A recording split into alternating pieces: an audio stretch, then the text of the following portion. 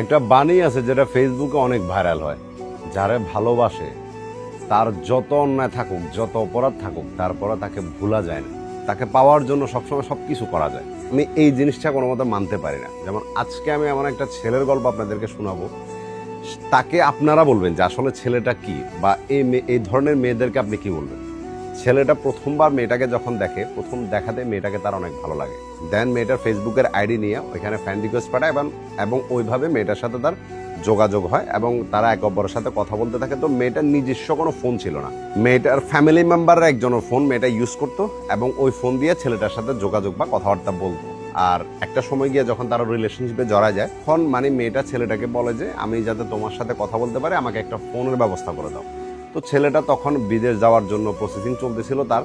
ওই অবস্থায় যখন মেয়েটা জিনিসটা চাইছে, আর সে দেরি করে নাই, মেয়েটাকে সাথে সাথে একটা ফোন, তার এনআইডি দিয়ে একটা সিম কিনে মেয়েটাকে ফোন দিল এবং তারা একে অপরকে প্রচুর পরিমাণ ভালোবাসতো। মানে মেয়েটা যখন যা চাইতো ছেলেটা তার সাধ্য অনুযায়ী সবকিছু দেওয়ার চেষ্টা করতো এবং বিভিন্ন জায়গায় ঘুরতে যাওয়া, তার মানে একটা অনেক হেলদি একটা সম্পর্ক ছিল তাদের।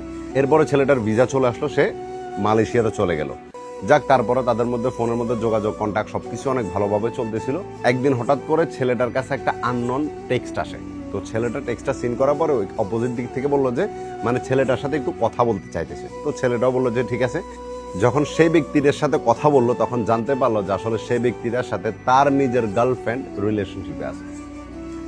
এটা যখন ছেলেটা জানছে, তার পায়ের নিচের মাটি সরে গেছে। মানে প্রথমে সে নিজে বিশ্বাসও করতে চায় না, কিন্তু মানে ওই ছেলেটা সম্পূর্ণ প্রুফ যখন সবকিছু দিল, দেখার পরে তার এখানে অবিশ্বাস করার মতো কোনো কিছু নেই। মানে কি করবে সে এটা বুঝতে পারতেছিল না। সে বললো যে ভাই আমি ওই টাইমে মানে আমার ভিতরে যেটা চলছে সেটা আমি কাউকে ভাষায় যে প্রকাশ করে বলবো এমন সিচুয়েশন ছিল না। বিকজ আমি ওরে এত ভালোবাসছি যেটা আমি মানে মানে ওরে ছাড়া আমি নিঃশ্বাস নেওয়া পর্যন্ত আমার কষ্ট হয়ে যেত, এত ভালোবাসছি ওরে। ওর মায়ে এমন ভাবে পড়ছি যে আমি ওখান থেকে বেরও হতে পারবো না চাইলে। আমার নিজস্ব যে ফেসবুক আইডি ওটা ওর কাছে ছিল, ওর ফেসবুক আইডি আমার কাছে ছিল।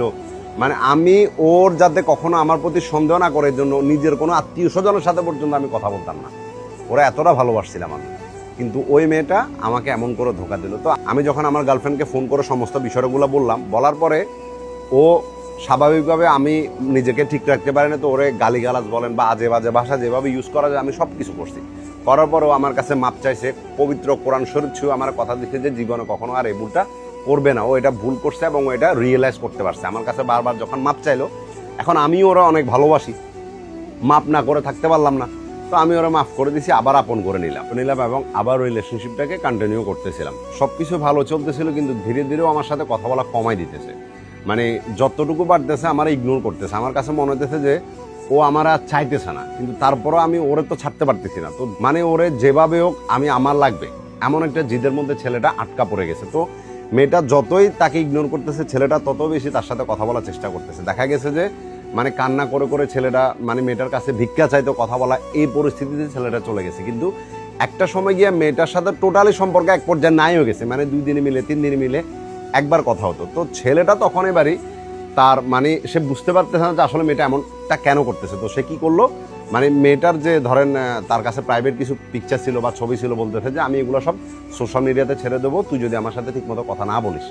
তো মেয়েটা আবার কিছুদিন ঠিকমতো কথা বলা শুরু করছে, কিন্তু তারপর আবার সেম থিং। এরপরে জানতে পারে যে এই মেয়েটা আরেকটা ছেলের সাথে রিলেশনশিপে আছে।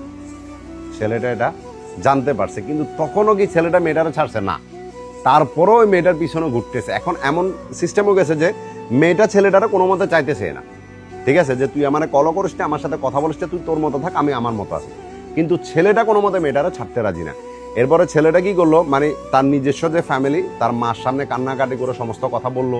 ছেলেটার মাও অনেক কান্নাকাটি করতেছিল, ছেলেটার কান্না দেখে দেন ছেলে কি করলো, মেয়ের ফ্যামিলির সাথে কন্ট্যাক্ট করা শুরু করছে। মেয়ের ভাইকে সমস্ত কথা বলার পরে দেখেন আপনি একটা কাজ করেন, আপনার ফ্যামিলিকে আমার বাড়িতে পাঠান, সমস্যা নেই, আমার বোনকে আমি আপনার সাথে বিয়ে দিতে রাজি আছি। ছেলেটার সাথে সাথে কথাটা মেয়েকে বলছে যে তোমার ভাই বলতেছে বা তোমার ফ্যামিলি বলতেছে যে আমি যাতে মানে আমার ফ্যামিলিকে তোমার বাড়িতে পাঠাই, এখন তুমি যদি বলো তাহলে আমি আমার ফ্যামিলিকে পাঠাবো। তখন মেয়েটা কি বলতেছে জানেন, যে তুই যদি তোর ফ্যামিলির কাউরে আমার বাড়িতে পাঠাস, আমি সবাইকে অপমানি করে ঘর থেকে বের করে দেবো। আর যদি তোর বিশ্বাস না হয় তাহলে পাঠাই দেখতে পারিস, কারণ আমার তোকে বিয়ে করার কোনো ইন্টারেস্টই নেই। এরপরে ছেলেটা একে একে মানে মেয়েটার যে ফ্যামিলি মেম্বার আছে যারাই আছে, মেয়েটার মা বলেন, মেয়েটার ভাবি বলেন, সবার সাথে কথা বলছে। এখন সবার একটাই কথা যে আমরা তো তোমার সাথে বিয়ে দিতে রাজি আছি, কিন্তু ও যদি তোমাকে বিয়ে না করতে চায় তাহলে আমরা কি করব? এখন আমরা তো জোর করে আর ওরে তোমার সাথে বিয়ে দিতে পারবো না। তুমি যার জন্য লড়াই করতেছো সেই যদি তোমার লড়াইতে অংশগ্রহণ না করে তাহলে তুমি কেমনে লড়াই করবে? মেয়ের ফ্যামিলির কথা হলো যে মেয়ের ফ্যামিলির সবাই রাজি, কিন্তু এখন মেয়েটাই রাজি না। তো এখানে লড়াই করে তো কোনো লাভ আর হবে না। ছেলেটা কিন্তু একটা সময় মেল করেও তার কাছে রাখার চেষ্টা করছে, কিন্তু মেয়েটা থাকে নাই। আর মেয়েটার এখন ডেফিনেটলি মেয়েটা এখন অন্য কারোর সাথে রিলেশনশিপে আছে এবং হয়তো ওই ছেলেটাকে বিয়ে করবো হয়তো।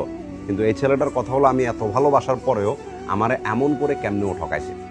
দেখো ব্রাদার, ও তোমারে একবার ঠকাইছে, আর বাকি যতবার ঠকছো এটা তুমি নিজের স্বইচ্ছা ঠকছো। তুমি একটা কথা বলছো না যে যারা মন থেকে ভালোবাসে তার যত অন্যায় থাকুক সবকিছু তারপরে তাকে ছাড়া যায় না, এইখানেই তুমি হেরে গেছো।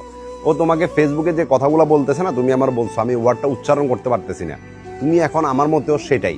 কেন জানো? কারণ একটা মেয়ের হাতে নাতে তুমি প্রমাণ সদস্য যে সে তোমার সাথে রিলেশনশিপে থাকা অবস্থায় অ্যানাদার একটা ব্যক্তির সাথে সম্পর্কে গেছে। এটা জানার পরে তুমি তাকে আবার আপন করে নিছো, আবার মাফ করে দিয়ে তাকে মেনে নিছো। এইটা ছিল তোমার প্রথম ভুল। যে মেয়েটা ধীরে ধীরে তোমাকে ইগনোর করতেছে, তোমার সাথে থাকতে চাইতেছে না, এটা তুমি বুঝতেছো, কিন্তু তারপরও তুমি তার পিছন পিছন দৌড়াইতেছো। এটা ছিল তোমার দ্বিতীয় ভুল। এখন আসো, তুমি আবার জানছো যে সে তোমাকে বিয়ে করতে রাজি না, তোমার ফ্যামিলিকে অপমানই করে তার ঘর থেকে বের করে দেবে। এইটা জানার পরও তুমি তার পিছনে ঘুরতেছো। তো এখানে মেয়েটা যেটা বলছে আসলে তুমি সেটাই। এটারে ভালোবাসা বলে না, এটারে নোংরামি বলে। যেখানে তোমার সেলফ রেসপেক্টই নাই, যেখানে তোমার নিজস্ব কোনো আত্মসম্মান নাই, ওইটারে কিসের ভালোবাসা বলে? আমার তুমি এটা বুঝো। ঠিক আছে, মেয়েটা তোমার একটা সময় অনেক ভালোবাসছে, তুমিও তারা অনেক ভালোবাসছো, দেখছো যে তুমি ওই মেয়েটা অ্যানাদার ব্যক্তির কাছে চলে গেছে, ওই দিনে সে তোমারে ছেড়ে দিছে। এরপর থেকে তুমি যতদিনই তার সাথে ছিলা, তুমি নিজে ধোকা খাওয়ার জন্য তার সাথে ছিলা, কারণ সে তো তার আসল রূপ প্রথমে তোমার দেখাই দিছে। আমি সর্বদা একটা কথা বলি, একটা জিনিস হলো কি, সম্পর্কের মধ্যে ঝগড়াঝাটি করে ব্রেকআপ হওয়া এক বিষয়, কিন্তু সে অ্যানাদার ব্যক্তির কাছে চলে গেছে এটা তুমি জানছো, তারপরে তুমি তারা আপন করে নিছো, তো এটা তোমারে আর কিছু বলার নাই। আসলে এই ধরনের ছেলেদেরকে আমার মুখ থেকে কোনো শব্দ বলার নাই। ঠিক আছে, তুমি তার করে রাখার চেষ্টা করছো, তুমি তার সাথে কি না করার চেষ্টা করছো, তুমি তার এমন পর্যন্ত বলছো যে সে টিকটক চালাক, অ্যানাদার পার্সনের সাথে কথা বলুক, যা মন চায় তা করুক, তারপরও তোমার তারা লাগবে। আমার কমেন্টে যদি একজন ব্যক্তি এসে বলে যে এটারা ভালোবাসা বলে, তাহলে আমিও মেনে নেবো যে এটারা ভালোবাসা বলে। আর যদি তোমার নিজের ভালো চাও, তো এই মেয়েটার থেকে যত পারো দূরে থাকো। এই ধরনের মেয়েরা হলো নর্দমার কিরা। কিছু মেয়ে আছে হোটেলে ব্যবসা করে, আর কিছু মেয়ে আছে ফোনের মধ্যে ফ্রিল্যান্সিং এর ব্যবসা করে, আর এই মেয়েটা ওই ব্যবসারই একটা মেয়ে। বাকিটা তোমার ব্যক্তিগত বিষয়, যেটা আমার বলা সেটা আমি তোমাকে বলছি। বুঝলে বুঝপাতা, না হলে ভাই তেজপাতা। ভালো থাকবা।